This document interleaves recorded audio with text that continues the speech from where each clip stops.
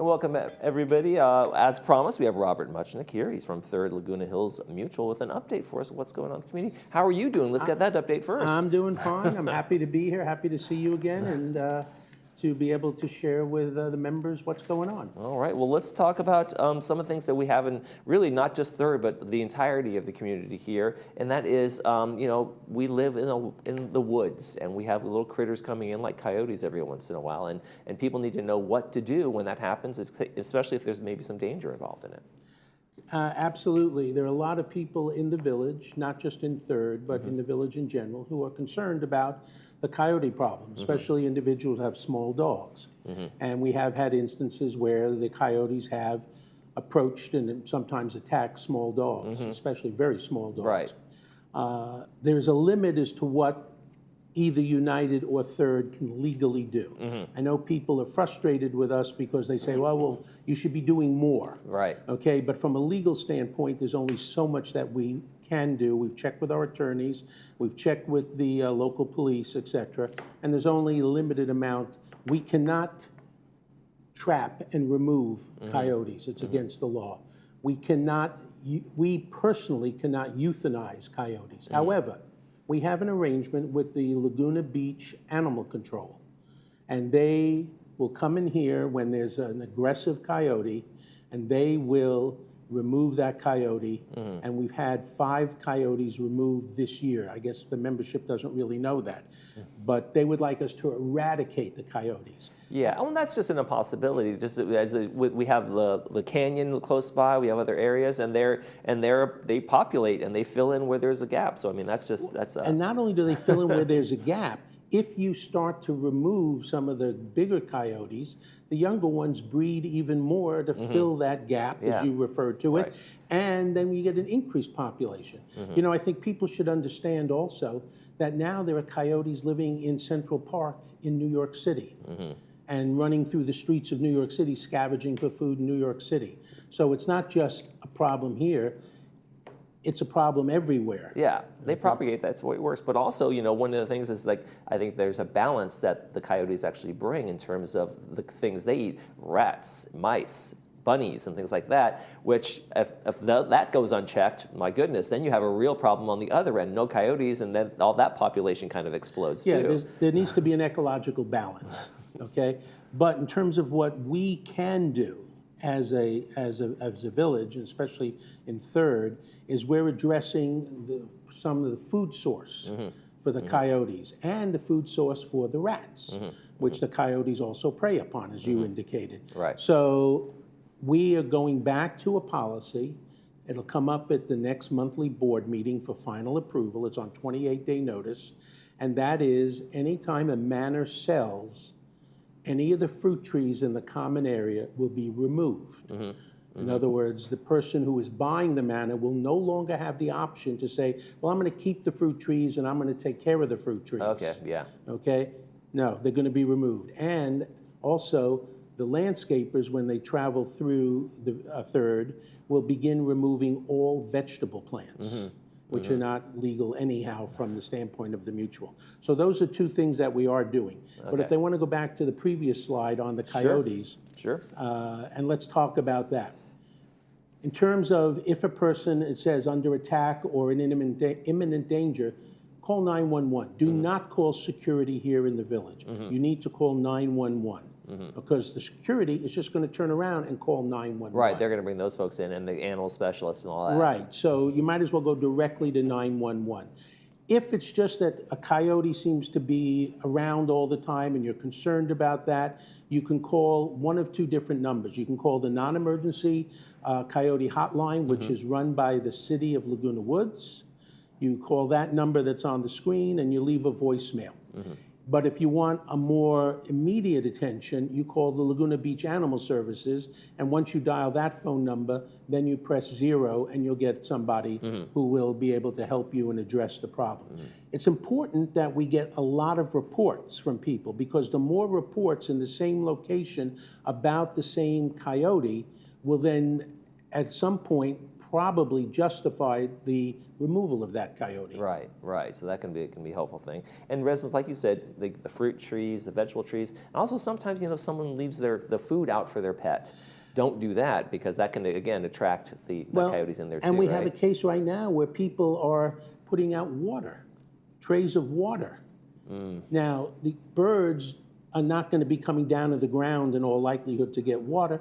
That's feeding the rats and the coyotes. So we ask our residents, please, A, don't spread bird seed, don't put out water, things of that nature, because that just contributes to attracting the rodents and the coyotes. Absolutely. It's a problem that most communities in this area have to deal with, and it's one of the realities here in Laguna Woods Village. You guys have some town halls meetings. You guys hold them every month. You got the next one coming up.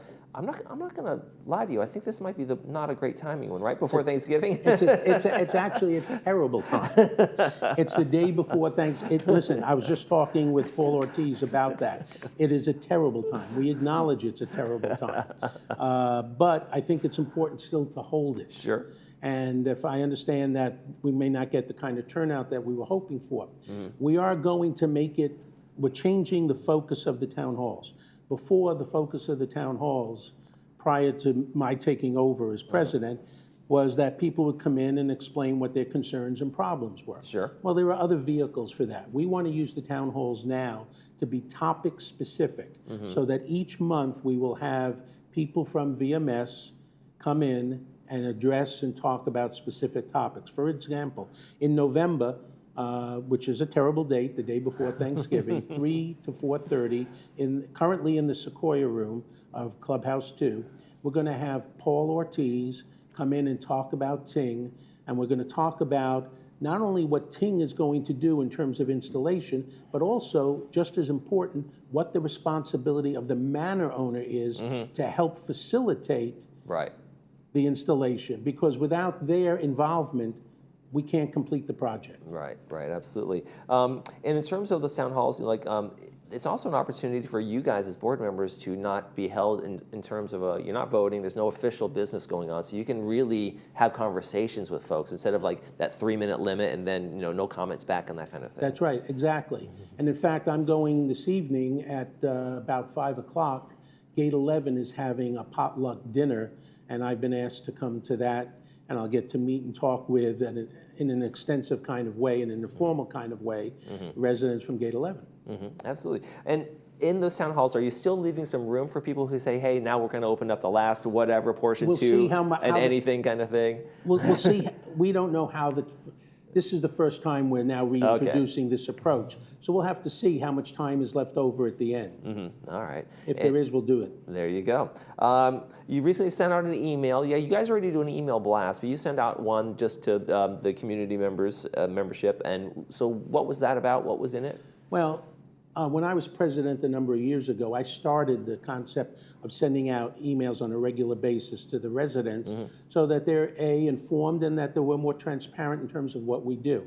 So yesterday I sent out one to all the residents of Third Mutual, and it had in it issues related to the fruit trees and the vegetable plants. And it also talked about the increase that's being proposed regarding EVs and golf carts. Okay. So what's going on in those areas? Increases in is the cost is going up, or? Well, the last time that the fee for golf carts and EVs was raised was back in 2015, 10 years ago. Okay. 10 years ago, we were paying 18 cents a kilowatt.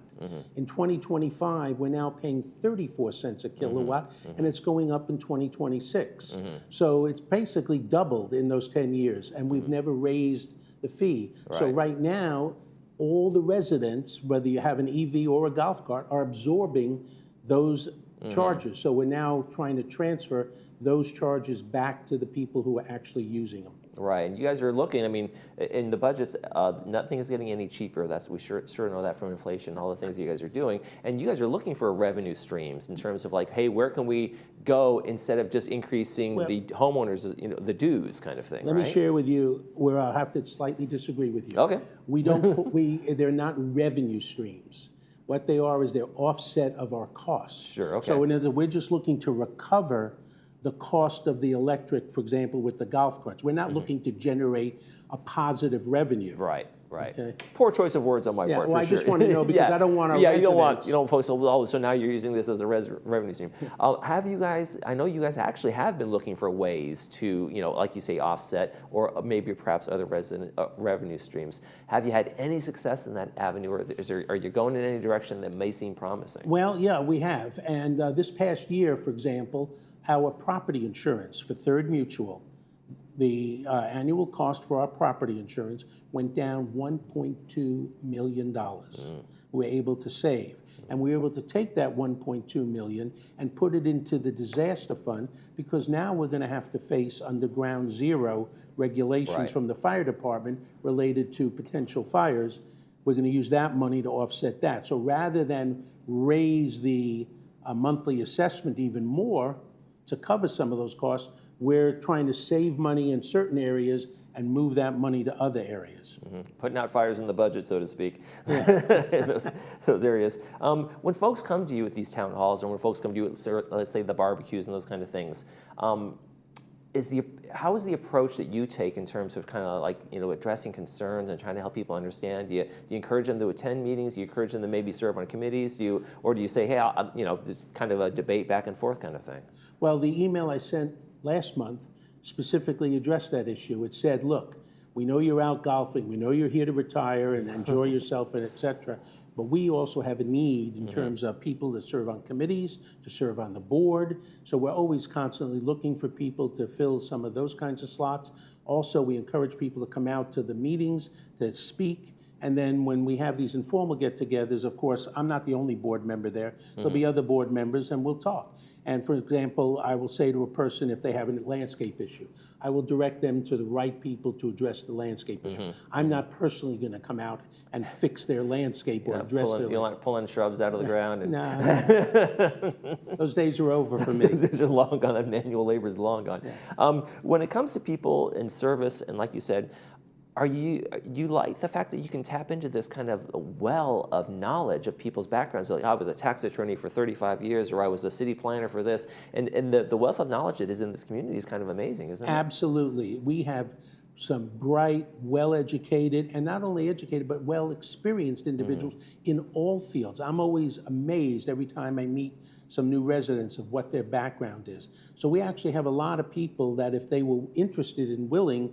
to contribute some of their experience, their knowledge to the operation of this village, we would be way, way ahead. And what are some of the things you've noticed in terms of the committees, in terms of like the recommendations and the insights they've been able to bring to the board? Like, I would have never thought of that. Or like, have you been surprised over the years? Well, let me give you an example of one in particular. Lisa Mills, who's a realtor, who also lives here in the village. She lives in Third Mutual. She is a member of the Architectural Control and Standards Committee, where we review all the variances and things of that nature, et cetera. And she's been a great contributor in terms of helping us to understand from a realtor's perspective what works, what doesn't work. So yes, there are people with that kind of expertise. Right, and look at those revenue streams. What's the best part about serving?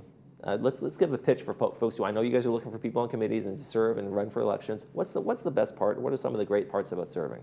Well, one is meeting a lot of people. Opportunity to meet you and sit here periodically. You lucky dog. No, I mean, I get a great deal of satisfaction from being able to do and contribute in a way that helps to make the life of the residents better.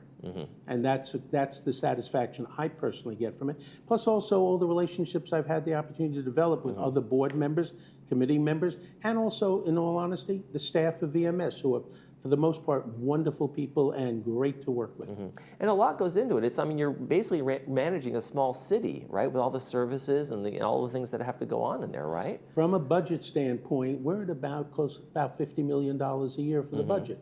And that takes care of a lot of things, just like you talked about, from the streets to the lights to the the landscaping, everything is involved in all of that kind of stuff. So yes, it's probably like a small city. Yeah, and I've been to a lot of smaller cities than that in my life and in my travels around the country. And so the fact that you guys can do that and do it so well and with the efficiency you do is amazing.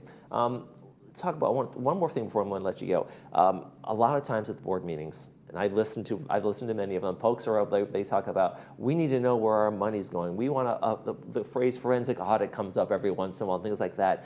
Is there a communication issue? Is there a communication challenge for you guys to help folks, the residents, to say, well, why are you raising, where are my HOA fees going? When if they don't really look and drill down into the budget themselves, is there kind of a communication gap there that goes on, like, hey, it's transparent as can be, it's right there, but folks just don't understand or believe or don't go into the minutia of it? Well, I think it's a combination. I think part of it is that they don't spend the time to drill down. They want the information. Look, we're an information-driven society now. Internet, you can go on and Google and get whatever information you want right at your fingertips. We have to do a better job of communicating. We have to do a better job of sharing and informing so that people know in advance what's coming down the pike.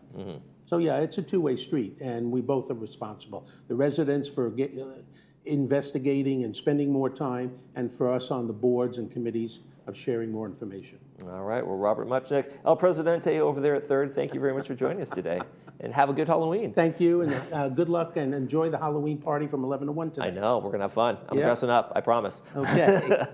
You're watching This Day, we'll be right back.